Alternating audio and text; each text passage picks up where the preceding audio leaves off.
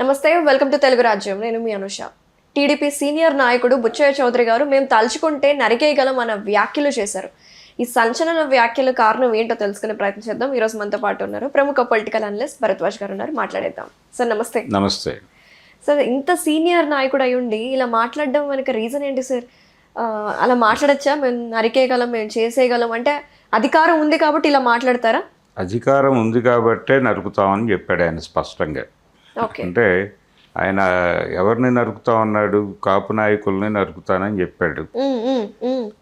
అంబటి రాంబాబు మీద, ఇంకా ఇతర అక్కడ గోదావరి జిల్లాలో ఉన్నటువంటి నాయకుల మీద కూడా కామెంట్ చేశాడు ఆయన.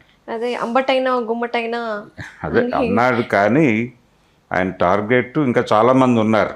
ఓకే, తూర్పుగోదావరి జిల్లాలో జక్కంపూడి రాజా ఈ బ్యాచ్ అంతా ఉంది. ఈ జక్కంపూడి బ్యాచ్ని వీళ్ళందరినీ కూడా కొంచెం భయపెట్టాలి అని అనుకున్నాడు ఆయన. అనుకుని అందులో భాగంగానే ఈ కామెంట్స్ చేశాడు. దేనికోసం చేశాడు ఈయన? ఎందుకు మాట్లాడాడు ఈ మాటలంటే, వెనకాల ఆంధ్రజ్యోతి రాధాకృష్ణ గారి మీద ఈ మధ్యకాలంలో వైసీపీ నుంచి జరుగుతున్న దాడుల్ని అడ్డుకోవాలి అనుకున్నాడు బుచ్చయ్య చౌదరి గారు. ఓకే, అనుకుని ఎంత ఎక్స్ట్రీమ్కి వెళ్ళాడంటే, ఆంధ్రజ్యోతి రాధాకృష్ణకి ప్రాణగండం ఉంది అని ఈయన చెప్తున్నాడు, ఈయన మాట్లాడుతున్నాడు. ఆంధ్రజ్యోతి రాధాకృష్ణని చంపడానికి వీళ్ళందరూ కుట్ర పన్నుతున్నారు అన్న లెవెల్లో మాట్లాడేశాడు ఆయన. మాట్లాడేసి ఈ కుట్రల్ని అడ్డుకోవటానికి మేము ఎంతకైనా వెళ్ళటానికి సిద్ధంగా ఉన్నాం. ఎంత దాకా అంటే నరికేయటానికి సిద్ధపడేదాకా అని చెప్పి, నరకటం అనేది మాకు పెద్ద ఇష్యూ కాదు, మాకు పవర్ ఉంది అనే విషయం మీరు మర్చిపోతున్నారు. పవర్లో ఉన్నాం మేము కాబట్టి నరికేస్తాం అని చెప్పారు. గతంలో నరికిన చరిత్ర ఉంది తెలుగుదేశం పార్టీకి. అంటే గతంలో అంటే ఎన్టీ రామారావు గారు సీఎంగా ఉన్న రోజుల్లోనే వంగవీటి రంగాన్ని నరికిన చరిత్ర ఉంది. ఒకవేళ అదేవైనా ఆయన మనసులో మెదిలిందా అనేది నా అనుమానం. రేపు వైసీపీ మరి పరిపాలనలోకి వస్తే వాళ్ళు అన్నప్పుడు మరి ఈయన పరిస్థితి ఏంటి సార్? అంటే ఎవరైనా సరే అంటే అప్పుడు ఆయనతో చెప్పాలి, అయ్యా ఇప్పుడు మా చేతిలోకి పవర్ వచ్చింది కాబట్టి మరి మీరు చెప్పిన కార్యక్రమం మమ్మల్ని నిర్వహించమంటారా, ఎలా నిర్వహించాలో కొంచెం అడ్వైజ్ చేయండి అని అడగచ్చు, తప్పులేదు. అడిగి అంటే ప్రజాస్వామ్యంలో ఉన్నాము అనే విషయాన్ని కూడా మర్చిపోయి ఒక పూనకం పట్టిన వాడిలాగా మారాడు ఆయన. ఎందుకంత ఊగిపోతున్నాడు బుచ్చయ్య చౌదరి గారు? కొంత కంట్రోల్లో ఉండే మనిషే ఆయన. రాజమండ్రిలో తెలుగుదేశం పార్టీకి చాలా అంటే మొదటి నుంచి ఉన్నాడు ఆయన, ఆ పార్టీతో ట్రావెల్ అవుతూ ఉన్నాడు రామారావు గారి రోజుల నుంచి. అయితే చాలా బ్యాలెన్స్గానే వెళ్ళేవాడు ఆయన. ఈ మధ్యకాలంలో కొంచెం ఈ పూనకాలు వస్తున్నాయి ఆయనకి. ఈ పూనకాలు రావడం వెనకాల ఆయనలో పార్టీ అధికారంలోకి రాగానే తనకేవో చాలా పదవులు వస్తాయని అనుకున్నాడు ఆయన. అది రాలేదు. రాకపోవడంతో ఎక్కడో అసహనం ఉంది. ఆ అసహనంలో నుంచి కొంచెం అగ్రెసివ్గా బిహేవ్ చేస్తున్నాడు అనేది ఒకటి. రెండోది బిజినెస్ లాబీ ఉంది ఆయనకి, దాన్ని ప్రొటెక్ట్ చేసుకోవడం కోసం ఇంకొంచెం అగ్రెసివ్గా మాట్లాడుతున్నాడు అనేది ఒక అభిప్రాయం. ఆయన తన కోసము తెలుగుదేశం పార్టీ కోసము నరికేస్తానంటే ఓకే, కానీ ఆయన దానికోసం మాట్లాడలేదు. ఆంధ్రజ్యోతి రాధాకృష్ణ గారి కోసం నరికేస్తానని రెచ్చిపోతున్నాడు. ఇది ప్రమాదం. అంటే ఆంధ్రజ్యోతి రాధాకృష్ణ గారిని ప్రొటెక్ట్ చేసుకోవటం అనేది తెలుగుదేశం పార్టీకి అంత ఇంపార్టెంటా, అంత ప్రాధాన్యత సంతరించుకున్నటువంటి అంశమా అనే లోతుల్లోకి వెడితే, ఆంధ్రజ్యోతి రాధాకృష్ణ గారి చేతుల్లోకి వెళ్ళడం, ఆ వెళ్ళడం వెనకాల చంద్రబాబు నాయుడు గారు నిర్వహించినటువంటి పాత్ర, అది స్నేహ పాత్రే కావచ్చు. అలాగే ఆంధ్రజ్యోతి నిర్మాణం వెనకాల ఆయన నిలబడిన పద్ధతి, ఇదంతా కూడా గమనించాలి. అలాగే ఆంధ్రజ్యోతి ఈరోజు నిర్వహిస్తున్న పాత్ర కూడా చాలా స్పష్టంగా వాళ్ళు గైడ్ చేస్తూ ఉంటారు ప్రభుత్వాన్ని గైడ్ చేస్తూ, చంద్రబాబు నాయుడు గారు ఏం చేస్తే బాగుంటుంది, ఎలా చేస్తే బాగుంటుంది అని సలహాలు ఇస్తారు. కానీ చంద్రబాబు నాయుడు గారు అది యాక్సెప్ట్ చేస్తారా సార్? జస్ట్ విన్నట్టు వదిలేస్తారా? లేదు. అంటే ఇవన్నీ ఆయన్ని గైడ్ చేయటం కాదు, చంద్రబాబు గారికి సలహాలు చెప్తున్నట్టుగా ప్రజల అభిప్రాయాలని మార్చటం అనేది కార్యక్రమం. ఇప్పుడు లోకేష్కి పదవి ఇవ్వాలి అంటే లోకేష్ను ముఖ్యమంత్రిని చేసేసి మీరు అడ్వైజర్గా ఉండండి చంద్రబాబు గారు అని చెప్పి ప్రతి నెల ఒక ఎడిటోరియల్ అయినా వస్తుంది జ్యోతిలో. ఎందుకు వస్తుంది? ఎడిట్ పేజీలో ఒక ఆర్టికల్ అయినా వస్తుంది. ఎందుకు వస్తుంది అంటే అదొక ప్రోగ్రాం. ఇది జనాలని ఆ నేరేటివ్లోకి తీసుకెళ్లడం కోసం ప్రయత్నం చేస్తూ ఉంటాడు ఆయన నిరంతరం. ఇలాంటి ప్రయత్నాలు చేయటమే తెలుగుదేశం పార్టీకి అనుకూలంగా ప్రజాభిప్రాయాన్ని నడిపించటం కోసం ఆ పత్రిక ప్రయత్నం చేస్తుంది. అలాగే తెలుగుదేశం పార్టీకి ఉపయోగపడే ఇప్పుడు ఆ మధ్య పుట్టపర్తి వచ్చాడు నరేంద్ర మోడీ గారు. పుట్టపర్తి నరేంద్ర మోడీ గారు వచ్చిన సందర్భంగా ఆయన పవన్ కళ్యాణ్ ఉన్నాడు అక్కడ, లోకేష్ ఉన్నాడు. లోకేష్తో మాట్లాడాడు ఆయన నరేంద్ర మోడీ గారు. దాన్ని ఆంధ్రజ్యోతి ఎలా ప్రొజెక్ట్ చేసిందంటే పవన్ కళ్యాణ్ని పక్కకి నెట్టి లోకేష్తో మాట్లాడటానికి ఉత్సాహపడ్డ ప్రధానమంత్రి అని రాశారు. అంటే లోకేష్ ముఖ్యమంత్రి కావడానికి నరేంద్ర మోడీ కూడా ఉత్సాహపడుతున్నాడు అనే నేరేటివ్ని జనాల బుర్రల్లో నింపటం. అండ్ వీకెండ్ కమెంట్స్లో కూడా అనేక రకాల కమెంట్స్ రాస్తూ ఉన్నారు. అవును, కామెంట్స్ చేస్తాడు ఆయన. అవతల పార్టీల మీద తీవ్ర స్థాయిలో విరుచుకుపడతాడు. వైసీపీ మీద తీవ్ర స్థాయిలో దాడి చేస్తాడు ఆయన. జగన్మోహన్ రెడ్డి పర్సనల్ ఇష్యూస్ దాకా వెళ్ళిపోయి మాట్లాడతాడు. అలాగే షర్మిల గారు జగన్మోహన్ రెడ్డికి వ్యతిరేకంగా మాట్లాడిన ప్రతిదీ బ్యానర్ ఐటెం చేస్తాడు. కరెక్ట్. ఈ కార్యక్రమాలన్నీ ఆయన తెలుగుదేశం పార్టీకి ఒక బలమైన ప్రజా పునాదిని నిర్మించడానికి, ఆ దిశగా ప్రజల అభిప్రాయాలను నడిపించడానికి తన పత్రిక ద్వారా ప్రయత్నం చేస్తూ ఉంటాడు నిరంతరం. అందుకని దాన్ని విపరీతంగా ఓన్ చేసుకున్నాడు ఈయన బుచ్చయ్య చౌదరి గారు. ఓన్ చేసేసుకుని ఆంధ్రజ్యోతి మీద వ్యతిరేకంగా మాట్లాడతారా అని ఈయన రెచ్చిపోయాడు. ఈయన రెచ్చిపోనక్కర్లేదు. నిజానికి పార్టీకి దానికి ఉండాల్సిన గ్యాప్ ఇచ్చి తీరాలి. అది స్ట్రాటజీ. ఆ స్ట్రాటజీ కూడా మర్చిపోయాడు ఈయన.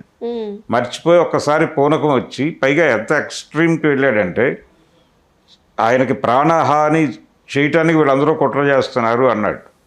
అంటే ప్రాణహాని అంటే రాధాకృష్ణ గారిని చంపేయటానికి కుట్ర జరుగుతోంది, ఆ కుట్రలో అంబటి రాంబాబు వీళ్ళందరూ ఉన్నారు అని మొత్తం ఆయన మాట్లాడిన పేర్లన్నీ కూడా కాపు నాయకులే మాట్లాడి, అంటే ఈ ప్రమాదం ఉంది అని చెప్పడం ద్వారా నేను నరికేస్తాం మేము నరికేయగలమని చెప్పడం ద్వారా ఒక్కసారి ప్రపంచాన్ని 86కు తీసుకెళ్ళాడు. తీసుకెళ్ళి ఆ రోజున జరిగిన సంఘటనలు అవన్నీ ప్రజల స్మృతి పథంలోకి వచ్చేలాగా చేశాడు. 86 నుంచి 88 వరకు జరిగినటువంటి కార్యక్రమాలు, 89లో ఎందుకు ఓడిపోయింది ఆ పార్టీ అనేది కూడా ఒక్కసారి ఆయన గుర్తు చేసుకుంటే బాగుంటుంది. వంగవీటి రంగా హత్య తర్వాత జరిగిన ఎన్నికలు 89 ఎన్నికల్లో ఓడిపోయింది తెలుగుదేశం పార్టీ. అంటే 2 ఎన్నికలు గెలిచి 3వ ఎన్నికలో ఓడిపోవడానికి ఒక రకంగా రంగా మర్డర్ కారణం ఆ రోజున. కాబట్టి రంగా హత్యని కూడా ఒక రకంగా గుర్తు చేశాడు. మేము అధికారంలో ఉంటే నరికేయగలం అని చెప్పడం. ఆ రోజున వంగవీటి మోహన్ రంగా స్థాయి నాయకుడినే మేము అడ్డు తొలగించాం. కాబట్టి మీరెంత అన్న పద్ధతిలోనే మాటలు నడిచినాయి అనేవి. టోటల్గా ఆయన టార్గెట్ చేసింది ఆ రోజున రంగా అభిమానులుగా ఉన్నవాళ్ళే వీళ్ళందరూ. అంబటి రాంబాబు, అలాగే రాజమండ్రికి చెందినటువంటి ఆయన టార్గెట్ చేసిన నాయకులు. అంటే కోస్తా జిల్లాల అంతటా కాపునాడు అనేది ఒక పెద్ద సభ నిర్వహించడం ద్వారా కాపు ఓట్ల కన్సాలిడేషన్ ప్రోగ్రామే కావచ్చు, కానీ వంగవీటి రంగా చేసినటువంటి ఆ సభ ఆ రోజున తెలుగుదేశం పార్టీని భయపెట్టింది. ఆ మీటింగ్లో వుడ్ బి సీఎం రంగా అనే నినాదాలు వచ్చాయి. ఆ నినాదాల భయం ఉంది ఆ రోజున. నిజానికి ఆయన హత్య వెనకాల వ్యూహకర్త ఇప్పుడు లేడు, చనిపోయాడు. ఆయన కోడెల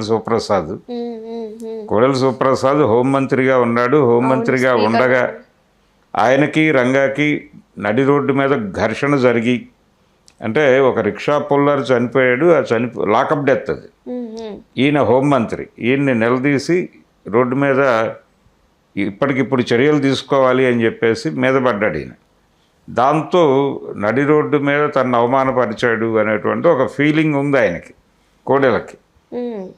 తమ ప్రభుత్వాన్ని నడి రోడ్డు మీద ఇలా దాడి చేశాడు అనేటువంటి చిరాకు ఆ రోజున పార్టీ అధినాయకుడికి ఉంది, అధినాయకుడి తరఫున వ్యవహారాలు చూస్తున్నటువంటి చంద్రబాబు నాయుడు గారికి ఉంది.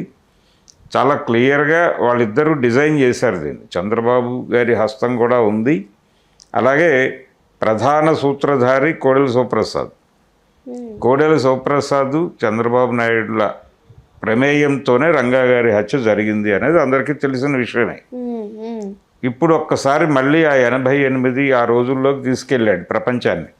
ఈయన మాటలతోటి ఈయన బుచ్చయ్య చౌదరి గారు. నిజమేనండి అంటే ఇప్పుడు చెప్పాలి వీళ్ళు, నిజమేనండి మీరు నరకగలరు, మేము గతంలో చూసాం. అంటే రాష్ట్ర వ్యాప్తంగా బలమైన ఓట్ బ్యాంకును నిర్మించినటువంటి వంగవీటి రంగా లాంటి నాయకుడిని చంపిన చరిత్ర మీ పార్టీకి ఉందనే విషయం మాకు తెలుసు అని మాట్లాడాలి ఇప్పుడు అంబటి రాంబాబు కానీ ఎవరైనా సరే. సో ఇప్పుడు రంగా వారసులు ఎక్కడున్నారు, ఆ గొడవ పక్కన పెట్టేస్తే ఆ రోజున జరిగినటువంటి హత్యని గుర్తు చేసే ప్రయత్నం చేశాడు. ఇదే సందర్భంలో 89 ఎన్నికల్లో ఏం జరిగిందో కూడా చెప్పాలి ఆయనకి. 89 ఎన్నికల్లో మీరు నరికారు బాగానే ఉంది, తర్వాత ఏం జరిగింది, మీ పార్టీ ఏమైంది అది కూడా మాట్లాడాలి అనేది కూడా మాట్లాడాలి. అందుకని అంబటి రాంబాబు గారిని వీళ్ళని టార్గెట్ చేయటం ప్రోగ్రాం కాదు, ఆయన భయపెట్టదలుచుకున్నాడు, భయపెట్టాలి అని అనుకున్నాడు. అందుకని ఆ 88 రోజుల్ని గుర్తు చేసే ప్రయత్నం చేశాడు. ఇది చాలా ఓపెన్గా ఆయన ఆ పార్టీ దుర్మార్గాన్ని, ఆయన కారంచేడులో వాళ్ళు చేస్తున్న దుర్మార్గం ఇప్పటికీ అందరికీ తెలుసు. దళితుల మీద జరిగిన దాడి, మాదిగల మీద జరిగిన దాడి, ఊరు నుంచి వెళ్ళగొట్టి వాళ్ళు చీరాల పక్కన విజయనగర కాలనీ అని వేరే ఇంకొక ఊరు నిర్మించుకునే పరిస్థితి కల్పించింది కూడా తెలుగుదేశం పార్టీ హయాంలోనే. 85లో జరిగింది ఇన్సిడెంట్ అది. దళితుల మీద, బీసీల మీద, మైనారిటీల మీద తెలుగుదేశం పార్టీ హయాంలో విస్తృతంగా దాడులు జరిగిన పరిస్థితి ఉండింది. రామారావు గారి రోజుల్లోనూ జరిగింది, చంద్రబాబు గారి పరిపాలనలో ఇంకొంచెం ఎక్కువగా జరిగింది. ఈయన కార్పొరేట్ హింసను ప్రయోగించే ప్రయత్నం చేశాడు చంద్రబాబు. ఇవన్నీ ఉన్నాయి, జనాల స్మృతి పథం నుంచి చెరిగిపోయాయి అని అనుకుంటున్నారు, కానీ ప్రజల జ్ఞాపకాల్లో ఇవన్నీ పదిలంగానే ఉన్నాయి. రేపు పొద్దున ఎన్నికల సమయంలో వాళ్ళు ఇవన్నీ అంటే ఆయన గుర్తు చేస్తున్నాడు అనవసరంగా. ప్రజల మనసుల్లో ఉన్న ఈ జ్ఞాపకాలన్నింటినీ నరికిన చరిత్ర మాకుంది అని చెప్పడం ద్వారా పాజిటివ్ లాగా ఉంటాడు అనుకున్నారు, కానీ పాజిటివ్ కాదు. అంటే మేము చాలా దుర్మార్గం, మేము ఇలా కనిపిస్తున్నాం అని అనుకోవద్దు, మా వెనకాల చాలా దుర్మార్గ చరిత్ర ఉంది అనేది చెప్పాడు ఆయన. ఓపెన్గా చెప్పుకున్నాడు. ఇప్పుడు ఆయన మీద మరి చంద్రబాబు నాయుడు గారు ఇప్పుడు ఆయన్ని మెచ్చుకుంటాడా లేదా అనేది చూడాలి. మరి రాధాకృష్ణ గారు ఎలా రియాక్ట్ అవుతాడో చూడాలి. అంటే తనని ప్రొటెక్ట్ చేయటానికి పార్టీ స్ట్రాటజీని కూడా పక్కన పెట్టేసి ముందుకు దూకినటువంటి బుచ్చయ్య చౌదరి గారు ఏమైపోతాడనే ఆందోళన ఉంది నాకు పర్సనల్గా. బుచ్చయ్య చౌదరిని మళ్ళీ ఒకసారి అమరావతికి పిలిచి చంద్రబాబు నాయుడు గారు క్లాస్ చెప్పి, నువ్వు ఎక్కువ మాట్లాడకు, అనవసరంగా మన గుట్టులన్నీ రోడ్డు మీద పెట్టకు, మనం చేసేది చేద్దాం కానీ చేసేది చెప్పుకోవాల్సిన అవసరం లేదు, కాబట్టి నువ్వు కొంచెం నోరు మూసుకుని ఉండు లాంటి సలహాలు ఏవో చెప్తాడు రేపు పొద్దున పిలిచి. సో బుచ్చయ్య చౌదరి గారికి ఆయన పదవి కోసం మాట్లాడుతున్నాడు అని వైసీపీ వాళ్ళు అంటున్నారు, కానీ ఈ వ్యాఖ్యలు ఆయన పదవిని దూరం చేస్తాయి. ఆయనకేమీ దూరం చేయటం మాత్రమే కాదు, రేపు పొద్దున నాయకుడు చంద్రబాబు నాయుడు గారు పిలిచి ఆయన క్లాస్ పీకటం అనేది అయితే జరిగి తీరుతుంది తప్పనిసరిగా. చాలా అగ్రెసివ్గాను ఒళ్ళు మరిచి పూనకం పట్టి మాట్లాడాడు. ఇది ప్రమాదం. ఇది డెమోక్రసీలో ఇలాంటి నాయకుల్ని ఎంకరేజ్ చేయటం కూడా ప్రమాదం. ఈ ధోరణి అంటే ఇలాంటివి బయట మాట్లాడొద్దని చెప్తాడు రేపు పొద్దున చంద్రబాబు. ఆయన మాట్లాడిన మాటల్లో నిజాలు ఉన్నాయి. అధికారం ఎందుకు గుర్తు చేయాలి ప్రజలకి, మళ్ళీ పాత రోజులు గుర్తు చేసి వాళ్ళ అధికారం గురించి ఎందుకు మాట్లాడాలని, అదే గొడవ. అందుకని పార్టీకి కూడా ప్రమాదకరమే ఇలాంటి వాళ్ళు. కానీ ఇలాంటి వాళ్ళు ఉండటం వలన అప్పుడప్పుడు జరిగే మేలేంటంటే వాళ్ళ తత్వం ఏమిటి అనేది ప్రపంచానికి తెలుస్తుంది. అందుకని ఒక రకంగా ప్రజలకు మేలు చేశాడు ఆయన. ప్రజలకు మేలు చేశాడు, ఆ పార్టీని కార్నర్ చేశాడు, ఇబ్బంది పెట్టాడు. అలాగే ఆంధ్రజ్యోతి పేపర్ని రోడ్డు మీద పెట్టాడు. ఆంధ్రజ్యోతికి ఉన్నటువంటి అంటే ఆంధ్రజ్యోతి వాళ్ళు ఈ మధ్యకాలంలో దాని ఇండిపెండెంట్ నేచర్ని మేము స్వతంత్రంగా వ్యవహరిస్తున్నామని చెప్పుకునే ప్రయత్నం చేస్తున్నారు. ఆ ప్రయత్నాన్ని చంపేశాడు ఇప్పుడు ఈయన. చంపేసి టోటల్గా రాధాకృష్ణ గారి కోసం మేము హత్యలు చేయడానికి సిద్ధపడుతున్నాం అన్నట్టు అని మాట్లాడారు. చెప్పడం అనేది మీడియాని ఎంత లెవెల్లో కంట్రోల్ చేస్తున్నారు వీళ్ళు తెలుగుదేశం పార్టీ. బయట వాళ్ళు మాట్లాడుతున్నారు మీ పార్టీ పాంప్లెట్ ఆ పేపరు అని, అంతే కదా. అది ఇప్పుడు వాస్తవం అని చెప్పాడు ఈయన. అంటే బయట వాళ్ళు మాట్లాడటం కాదండి, ఇది నిజమే. Already proved. మళ్ళీ ఈయన దాన్ని ఇంకా ప్రూవ్ చేశాడు. ప్రూవ్ చేశాడు. ఈ మధ్య కాలంలోనే వైసీపీ వాళ్ళు వెళ్ళి ఆ ఆఫీస్ ముందు ధర్నాలు చేయటము, ఈ కార్యక్రమాలన్నీ జరిగినాయి. ఇప్పుడు ఈయన మరింత ఓపెన్గా దాన్ని స్టేట్మెంట్ పాస్ ప్రపంచం దృష్టికి తీసుకొచ్చాడు.